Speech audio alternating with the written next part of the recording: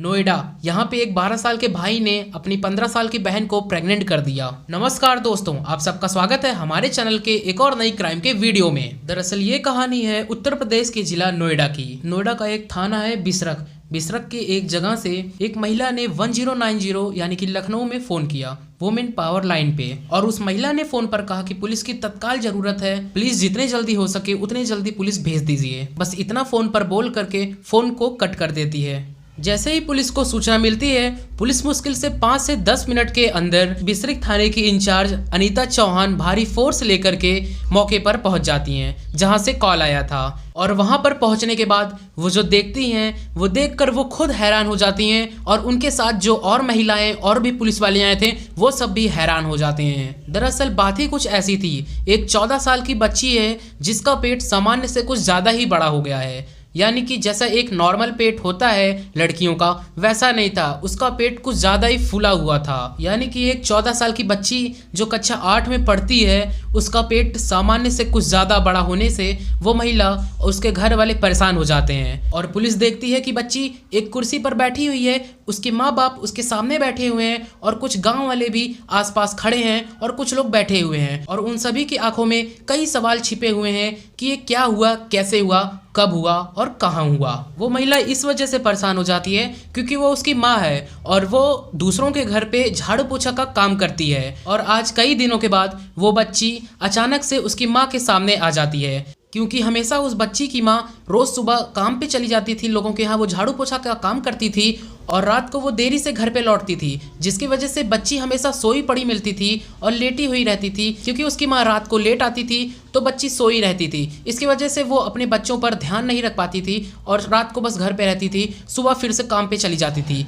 मगर एक रात जब उसकी माँ काम करके घर लौटी तो वो देखती है बच्ची सोई नहीं थी, बच्ची टहल रही थी और वो बच्ची अचानक से अपनी माँ के सामने आ जाती है। ये बात है 5 जुलाई 2021 की। इसके बाद महिला थाना अध्यक्ष उस लड़की को लेकर अस्पताल जाती हैं और अस्पताल में जैसे ही एक संख्या थी और उस बच्ची के माँ बाप के दिमाग में जो चीज़ चल रहा था कि कहीं ये ना हो, वो अनुमान बिल्कुल सच हो जाता है। दरअसल वो बच्ची जो 14 साल की है, अभी क्लास 8th में पढ़ रही है, वो लगभग 3 महीने की प्रेग्नेंट होती है।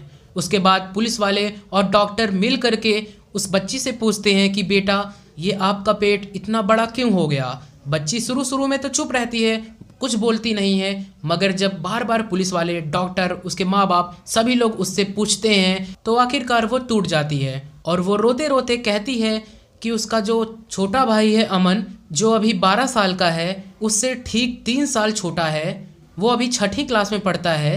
और जिस लड़की की बात अभी कर रहे हैं, रिया, वो अभी 8वीं क्लास की छात्रा है और वो अभी 14 साल की है और उसका भाई अभी सिर्फ 12 साल का है और वो क्लास 6 में पढ़ रहा है। लॉकडाउन के वक्त अक्सर उस बच्ची के माता पिता दोनों घर से बाहर मजदूरी करने चले जाते थे, क्योंकि घर में पैसे की बड़ी तंगी थी। और लॉकडाउन के समय तो आप लोग खुद ही जानते हैं कि कितनी ज़्यादा ज़रूरत थी लोगों को पैसे की। और बस ये दोनों बच्चे घर में अकेले रह जाते हैं।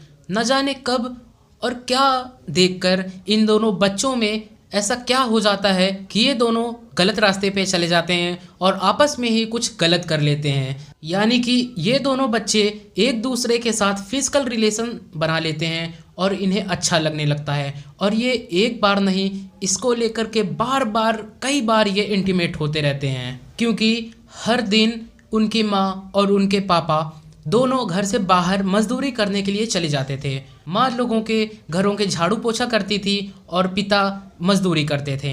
माता पिता यही सब काम करके अपना घर चलाते थे और अपने बच्चों को पालते थे। और ये बच्ची कब गर्भवती हो जाती है इसको खुद नहीं पता चलता। हैरान कर देने वाली बात यह है कि ये 5 भाई बहन हैं और ये लड़की जो गर्भवती हुई है वो दूसरे नंबर की है, जबकि भाई तीसरे नंबर का है और ये 1.5 से 2 साल छोटा है लड़की से। खैर, सोचने वाली बात यह है कि इनके परिवार में कुल मिलाकर 7 लोग हैं, माता पिता और 5 भाई बहन। तो अगर माता पिता काम के सिलसिले में घर से बाहर जाते थे, कहीं बाहर रहते थे, तो घर पे और भी तो बच्चे थे, और भी बहनें और भी भाई। एक तो बड़ा भाई या फिर बड़ी बहन होगी, उसके बाद 2 इन लोगों के छोटे भाई छोटी बहन भी तो होंगी। तो वो लोग कहाँ रहते थे जब ये लोग संबंध बनाते थे? तो उस वक्त घर के और बच्चे कहाँ रहते थे, क्या करते थे? और वो लोग कभी क्यों नहीं देख पाए और समझ पाए कि उनके ही घर में क्या हो रहा है, क्योंकि ये सिलसिला पिछले 3 महीने से चल रहा था। तो 3 महीने से घर में क्या चल रहा है किसी को कुछ नहीं मालूम चला, किसी के कानो कान खबर नहीं चला। या तो ऐसा हो सकता है कि घर के जब सभी बच्चे खेलने के लिए बाहर चले जाते थे तब ये दोनों अपना काम करते थे और इंटीमेट हुआ करते थे। और उससे भी ज़्यादा हैरान करने वाली बात ये है कि जब पुलिस इंस्पेक्टर अनीता चौहान इनसे पूछती हैं कि तुमने ये जो पाप किया है ये गलत है और इससे गांव वाले तुम लोगों को क्या बोलेंगे, तो इस बात पर लड़की पुलिस से कहती है कि हमें पता ही नहीं था कि ये पाप है और ये गलत है। खैर, इसके बाद पुलिस ने उस बच्चे के खिलाफ जो सोनू है 12 साल का, उसके खिलाफ सुसंगत धाराओं पर मुकदमा दर्ज कर लिया है और उसको जेल भिजवा दिया है। अब इसके बाद सबसे बड़ा जो सवाल खड़ा हो गया है वो ये है कि इस बच्ची का गर्भपात कराया जाए या फिर ये बच्चा पलने दिया जाए।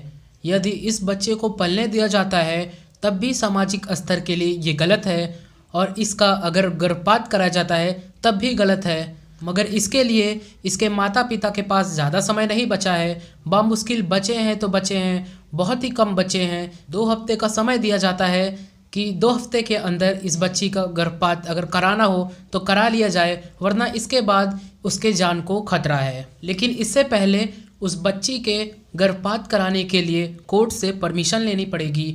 अब इस बच्ची के माता पिता से पूछा गया तो वो ये सोच ही नहीं पा रहे हैं कि आखिरकार वो किस निर्णय पे आए, वो गर्भपात कराएं या फिर बच्चे को पालें। लेकिन जो पाप हुआ है, जो अपराध हुआ है, उसकी उन पाप करने वालों ने, उन अपराध करने वालों ने कभी कल्पना ही नहीं की थी कि वो कितना बड़ा कदम उठा चुके हैं। हालांकि कई सामाजिक संस्थाओं की मदद से उन माता पिता को कन्विंस किया जाता है ताकि अगले 1-2 दिनों में इस बच्ची का गर्भपात करा दिया जाए। इस चीज़ को लेकर के सिर्फ पुलिस ही परेशान नहीं है, बल्कि चाइल्ड वेलफेयर कम्युनिटी वो भी बहुत ही परेशान है और भी कई सारी सामाजिक संस्थाएं वो भी परेशान हैं। और आगे चल के कुछ दिनों बाद उस बच्ची का गर्भपात करवा दिया जाता है।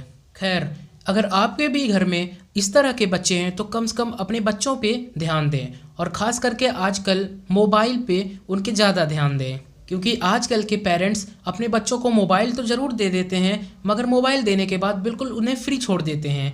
उनके मोबाइल में ये चीज़ कभी नहीं नोटिस करते या फिर उनके बच्चों में कभी नोटिस नहीं करते कि वो उसमें क्या देख रहे हैं, उनके फ़ोन में क्या है क्या नहीं है। और जब बच्चे पढ़ रहे हो तो कम से कम बीच बीच में जाकर पेरेंट्स को भी जाकर चेक करना चाहिए कि कहीं वो दूसरी साइट तो नहीं खोले हैं, कोई दूसरा चीज़ तो नहीं देख रहे हैं। इस चीज़ को बीच बीच में जाके चेक करना चाहिए, क्योंकि आजकल के जो बच्चे होते हैं वो बड़ों से भी कई ज़्यादा होशियार होते हैं। और साथ ही उन पेरेंट्स को भी ध्यान देना चाहिए जो कभी कभी फिजिकल रिलेशन बनाते हैं और बच्चे को छोटा समझकर वो सोचते हैं वो कुछ भी नहीं देख रहा है, वो कुछ भी नहीं समझ रहा है, वो इस चीज़ को नॉर्मली लेते हैं और उनके सामने ही करते हैं। क्योंकि इस केस में ये बात सामने आई है कि बच्चों ने माता पिता को ही देखकर इस काम को किया है। हालांकि वो जिस जगह पे रहते हैं, जिस घर में रहते हैं, वो काफ़ी छोटा सा था, मगर फिर भी इस चीज़ को अगर उनके पेरेंट्स अगर नोटिस करते कि उनके बच्चे भी उसी घर में हैं तो आज उनके बच्चों की ये हालत नहीं होती और उन्हें भी ये सब नहीं सहना पड़ता।